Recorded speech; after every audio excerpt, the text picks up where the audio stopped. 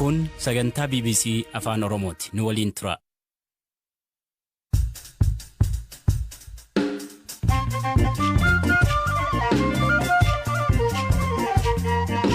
Ashama akkam jirtu hordoftoota keenya sagantaan keenya jimaataa eegalamee jira. Qophii keenyaarraan mootummaan Itoophiyaa himannaa USAID fi Human Rights Watchiif deebii kenne. Naannoo Amaaraa magaalaa Dabra-Taaboritti humnootni TPLF haleellaa meeshaa waraanaa guddaan raawwatan jedhameen namootni nagaa ajjeefamu. Nuti kan beeknu tasa ta'uusaati. Namnis jeeqameera. Namoota nagaa ajjeesse. Nama 5 fi namni keessumaan biraa dhufee jira. Walitti namoota 6 kan ajjeefaman. Barreessaan olaanaa dhaabbata mootummoota gamtoomanii Itoophiyaa keessatti waraanni dhaabatee mariin akka gaggeeffamu gaafachuu fi manni murtii galmee Jeneraal Tsaadiqaan jalatti kanneen himataman akka qabamanii dhiyaatan ajajuu isinitti himna. Angalaanaa Balaay nu waliin tura.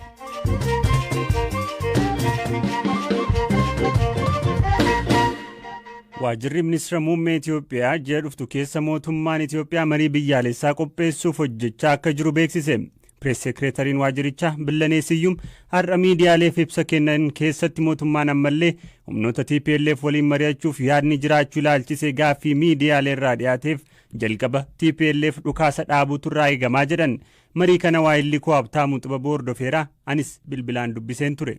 Galaana dhimmi gargaarsa namoomaa keessattuu lammiilee naannoo Tigraay keessatti argamaniif taasifamu dhimma ibsa har'aarratti ka'e keessaa isa tokko ture. Isaanis keessattuu hanga guyyaa kaleessaa yookaan hagayya 19 bara 2021tti konkolaataawwan gargaarsa namoomaa fe'an 318 naannoo Tigraay magaalaa Maqalee gahuu isaaniiti kan isaan himanii. Gama biraatiin gargaarsa namoomaa wajjin wal qabatee keessattuu namoonni naannoo Amaaraa fi Affaar keessatti sababa haleellaa humnootii TPLF'n buqqaan 300 ol akka jiran dubbataniiru. Namoota kunneenifis mootummaan Itoophiyaa dhaabbata mootummoota gamtoomanitti sagantaa nyaata addunyaa yookaan immoo WFP waliin ta'uudhaan gargaarsa gochaa akka jiranidha kan dubbatan. Deeggarsa namoomaa miidhamtootaaf dhiyeessuu keessatti dhaabbilee idil-addunyaa hiree qaban keessaa tokko USAID.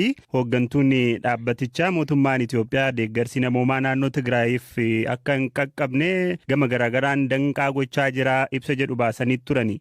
Billaneen dhimma kanaaf deebii laataniiru.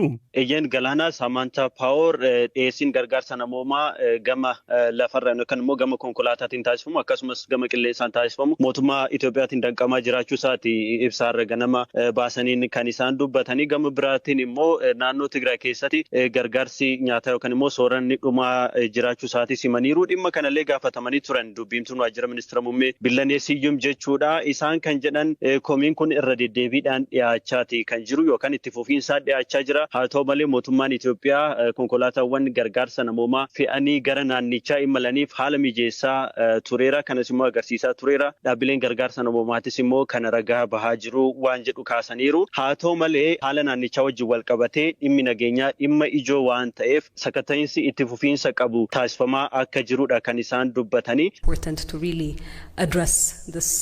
Komiin kun deddeebiin ka'a. Deebii itti kennuun ni barbaachisa. Haasa'aan kun sirrii miti. Nageenyi hunda dura kan dursa kennamuufidha. Kun mariif hin dhiyaatu. Bakka rakkoon jirudha. Kanaan wal qabatee sakatta'uu fi adeemsi mootummaan lafa kaa'ee jira. Qaamni kamuu naannoo sana galuu barbaadu qajeelfamawwan kaa'aman kabajuu qaba.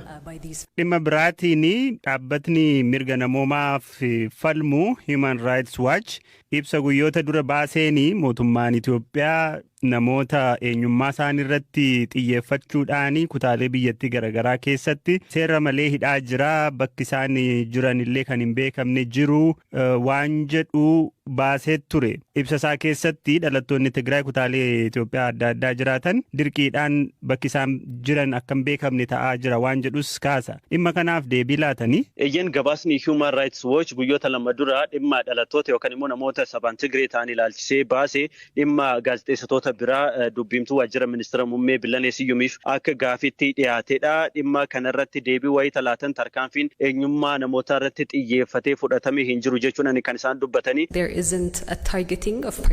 Kutaa hawaasaa eenyummaa isaanii irratti hundaa'uun fo'anii miidhuun hin jiru. Duulli farra shororkeessummaa gama nageenyaan itti fufeera. Tarkaanfiin kun kanneen TPLF'if odeeffannoo kennan ergamtoota isaanii fi kanneen maallaqaan deeggaran irratti fudhatamaa jira. Gochaan kun dhalattoota Tigraay qofa osoo hin taane dhalattoota saboota biroos ni dabalata. Kanaaf poolisii federaalaan seeratti dhiyaachaa jiru. Gama poolisii federaalaatiin jechuudha. Namoonni to'annoo jala oolan akka jiranis guyyaa kaleessaa poolisiin federaalaa beeksisuunsaa ni yaadatama. Habtaamuu Xibabuu Finfinnee irraa gabaasa nuun geesseef sin galateeffadha. Atillee galatoome.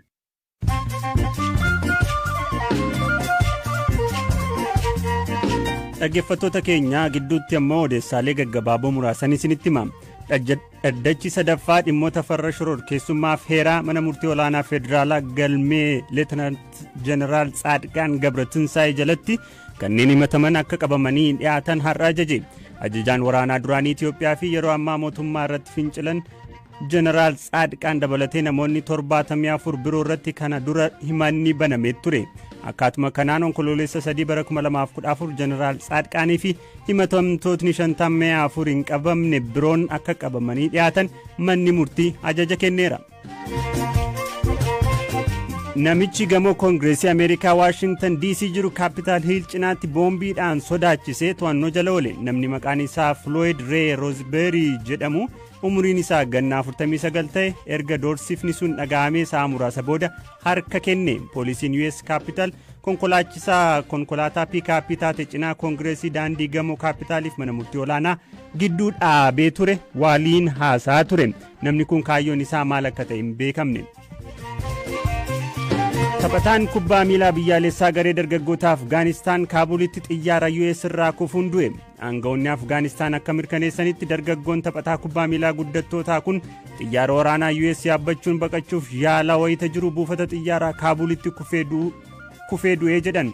Dargaggoo Zaakiyaan Waarii umuriin isaa waggaa 19 yoo ta'u garee kubbaa miilaa biyyaalessaa dargaggoota Afgaanistaaniif taphataa ture jedhameera.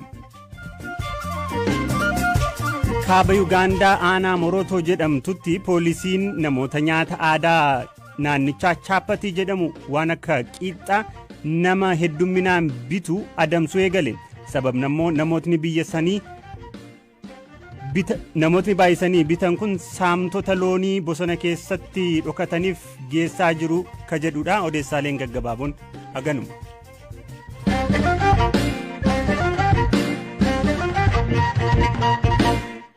Naannoo Amaaraa godina Gondar kibbaa magaalaa Dabra-Taaboor keessatti haleellaa meeshaa waraanaa guddaan gaggeeffameen miseensi maatii tokko keessaa namni 5 ajjeefamuun himame.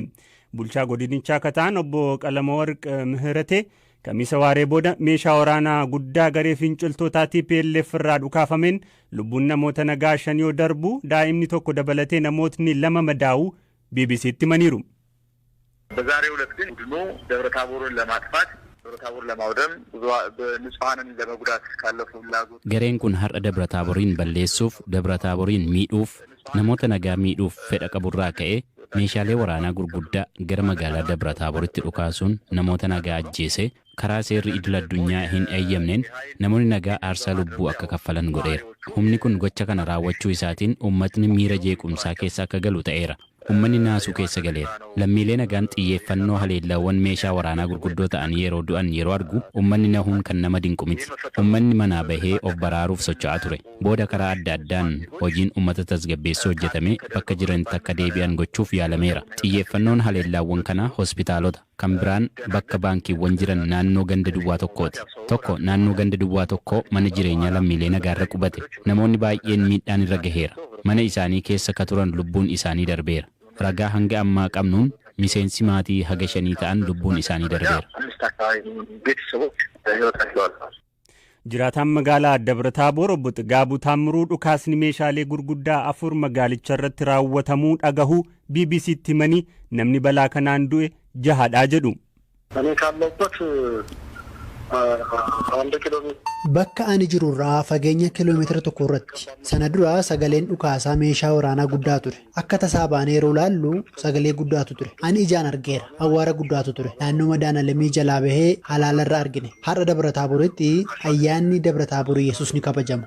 Haleellaan kan raawwatame tilmaamaan gara sa'aatii 5ti. Sana dura haalli ture callisaadha. Nuti ayyaana Dabra-Taaboor Yesuus kabajuutu turre qarreera jechuudha. Fageenyarraa sagaleen meeshaa gurguddaa ni dhaga'ama. Wanti biraan hin turre. tasa dhufe.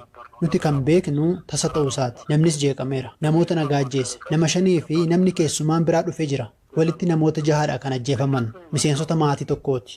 Ergasii jiraattonni rifataniiru. Namni nagaan akka ajjeefamu barraan namni jeeqamee ture. Ta'us ergasii amma tasgabbaa'aa jira. Haleellaan kun kan raawwate naannoo Bataskaana Madaanaalamii jedhamuttidha. Magaalaa Dabra Taabor keessatti fageenyaatii sagaleen dhukaasaa ni dhaga'ama.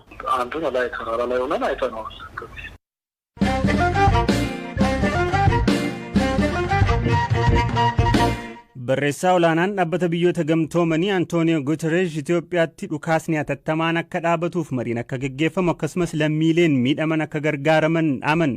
Hooggantuun USAID ammoo mootummaan Itoophiyaa deeggarsi namoomaa naannoo Tigraay akka hin galle dhorkaa jira jechuun himatan.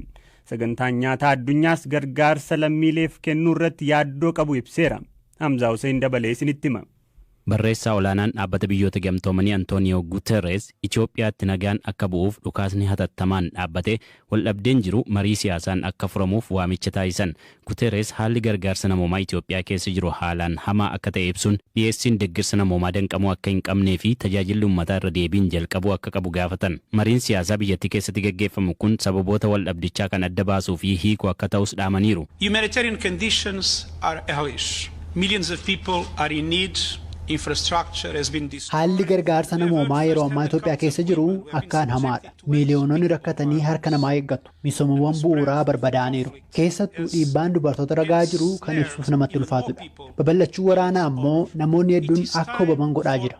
Yeroo kanatti furmaanni humna waraanaan dhufuu kan jirre hubachuun barbaachisaadha. Tokkummaa Itoophiyaa cimsuun naannoo sanaa fi darbees akka Afrikaa fi addunyaatti murteessaa ta'uu hubachuuf feesisa. Qabxiilee 3 jala muree dubbachuu fedha. Tokkoffaa qaamoleen hunduu hatattamaan dhukaasa dhaabuu qabu. Lammaffaa deeggarsi namoomaa kamuu gufuu tokko malee lammiilee rakkatan qaqqabuu qabu. Tajaajilli lammiilee fi misoomawwan bu'uuraas bakka itti deebi'uu qabu. Sadaffaa mariin siyaasaa dhimma lammiilee Itoophiyaa hundi keessatti hammatame gaggeeffamuu qaba. Haala kanaan furmaanni Itoophiyaaf argamuu danda'a. Direct the best way to peace. UN dhaabbilee biroo akka gamtaa Afrikaa fi dhaabbilee gargaarsaa idil addunyaa biroo waliin ta'uun lammiilee Itoophiyaa deeggaruuf akka hojjetus himaniiru. Hooggantuun dhaabbata gargaarsa Ameerikaa USAID Samantha Power gama isaaniin nyaanni hojjettoonni gargaarsaa naannoo Tigraayitti namoota barbaachisuuf raabsan of harkaa qaban torban kana keessa dhumachuuf jira jechuun ibsaniiru. Hir'inni kun sababii nyaanni raabsamu dhabameef osoo hin taane mootummaan Itoophiyaa daandiiwwan lafaa fi qilleensaa ittiin seenamu danquu isaatiin jedhu hooggantuun kun. Kanaaf lubbuu namoota miiliyoonaan lakkaa'amanii baraaruudhaaf gargaarsi saffisaan gara naannoo Tigraay akka seenuuf mootummaan Itoophiyaa hatattamaan akka hayyamuufis gaafataniiru. Dubbii himtuun waajjira ministeera muummee Itoophiyaa Billanee Siyyum garuu konkolaataawwan gargaarsaa 318 ta'an akka gara naannoo Tigraay seenan akka hayyamameefii fi akkasumas dhaabbileen gargaarsaa baay'een naannicha keessatti hojiirra jiraachuu ibsiteetti. Akka UN jedhutti fedhii gargaarsaa jiru guutuudhaaf konkolaataawwan nyaataaf gargaarsa namoomaa fe'an 100 ta'an guyyaatti Tigraay seenuu qabu. Mootummaan Itoophiyaa gargaarsi naannicha akka seenuuf hayyamamaa jira jechuun garuu immoo meeshaan waraanaa akka finciltoota harka hin seenneef jecha ulaan ittiin seenamu to'atamuu qaba jedha. Oduu wal fakkaatuun Itoophiyaatti namoota gargaarsa nyaataa barbaadan miliyoona 11.9 ta'an qaqqabuuf maallaqni doolaarri miliyoona 288 na barbaachisa jedhe dhaabbata biyyoota gamtoomanitti sagantaan nyaataa addunyaa WFP. Amma waqtii beelli daran itti hammaatutti seenaa waan jirruuf walitti bu'iinsa Tigraay fi naannolee biroo biyyattii keessa jiru dabalatee ji'oota 6 itti aanan keessa Itoophiyaatti gargaarsa nyaataa fi wantoota jireenyaaf barbaachisan dhiyeessuuf hir'inni maallaqaa isa mudachuu beekseera WFP'n. Hongee dheerateen balaa lolaa mudateen weerara awwaannisaa qaqqabeen raafama gabaa jiruu fi gatiin midhaan nyaataa dabaluu isaatiin akkasumas weerarri dhibee COVID-19 itti dabalamee yeroo ammaa kana Itoophiyaa keessatti namoonni miliyoona 13.6 olitti tilmaamaman wabii nyaataa hin qaban jedha ibsi kun. Ministeerri dhimma alaa Raashiyaa gama isaatiin rakkoo nageenyaa Itoophiyaa keessa jiru furuun lammiileen rakkatan akka gargaaraman gochuun kan danda'amu yoo qaamoleen wal waraanan dhukaasa dhaabanii mari'atanii walii galan qofa jedhe. Dubbi himtuun ministeerichaa Maariyaa Zakarova waraana loltoota Itoophiyaa fi humnoota TPLF gidduutti gaggeeffamaa jiru hordofaa jiraachuu fi dhimmi kun akka isaan yaaddessus himaniiru. Dhaggeeffattoota keenya akka caqastan BBC Afaan Oromooti qophiilee har'aa akka qopheesse Hamzaa Hussein tooraan kan isin biraan gahaa ture Angalaanaa Balaay waan hordoftaniif ulfaadhaa horaa bulaa deebana.